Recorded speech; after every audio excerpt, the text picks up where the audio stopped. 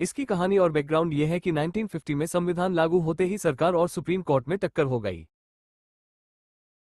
सरकार जमींदारी खत्म करना चाहती थी और पिछड़े वर्गों को आरक्षण देना चाहती थी, लेकिन कोर्ट ने इन कानूनों को फंडामेंटल राइट्स यानी संपत्ति और समानता का उल्लंघन बताकर रोक दिया।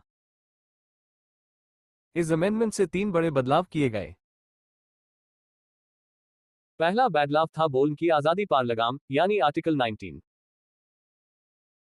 इसमें दिक्कत यह थी कि पहले संविधान में फ्रीडम ऑफ स्पीच पर बहुत कम रोक टोक थी। अगर कोई भड़काऊ भाषण देता था तो सरकार यूज आसानी से रोक नहीं पाती थी, जिसका कारण था सुप्रीम कोर्ट का रोमेश थापर फैसला। इसलिए आर्टिकल 19 क्लॉज 2 में बदलाव किया गया। नया नियम यह बना कि अब सरकार 3 नए आधारों पर प्रतिबंध लगा सकती है। सबसे पहले पब्लिक ऑर्डर, ताकि दंगे ना भड़के। दूसरा, friendly relations with foreign states, ताकि दूसरे देशों से संबंध ना बिगड़े। और तीसरा, इंसाइटमेंट टू एन ऑफेंस, यानी अपराध के लिए उकसाना। दूसरा बड़ा बदलाव था रिजर्वेशन की शुरुआत, यानी आर्टिकल 15। यहां दिक्कत यह थी कि सुप्रीम कोर्ट ने state of Madras versus Champakam दोरायराजन case में कहा कि सरकारी कॉलेज में जाति के आधार पर सीट आरक्षित करना इक्वालिटी के खिलाफ है। इसलिए संविधान में आर्टिकल 15 क्लॉज 4 जोड़ा गया।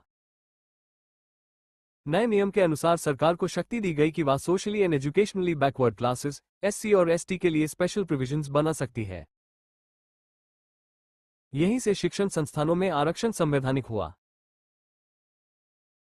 तीसरा बड़ा बदलाव था कोर्ट से बैकने का कवच, यानी 9th शेड्यूल, आर्टिकल 31A और 31B।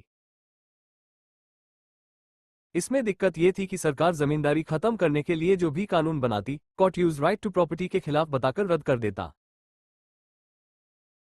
इसलिए संविधान में आर्टिकल 31A और 31B और एक नई लिस्ट 9th शेड्यूल जोड़ी गई।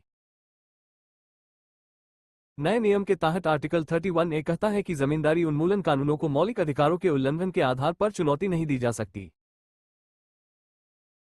और आर्टिकल 31B यानी 9th शेड्यूल का नियम है कि जो भी कानून इस 9th शेड्यूल में डाल दिया जाएगा, सुप्रीम कोर्ट उसकी जांच यानी जुडिशियल रिव्यू नहीं कर पाएगा।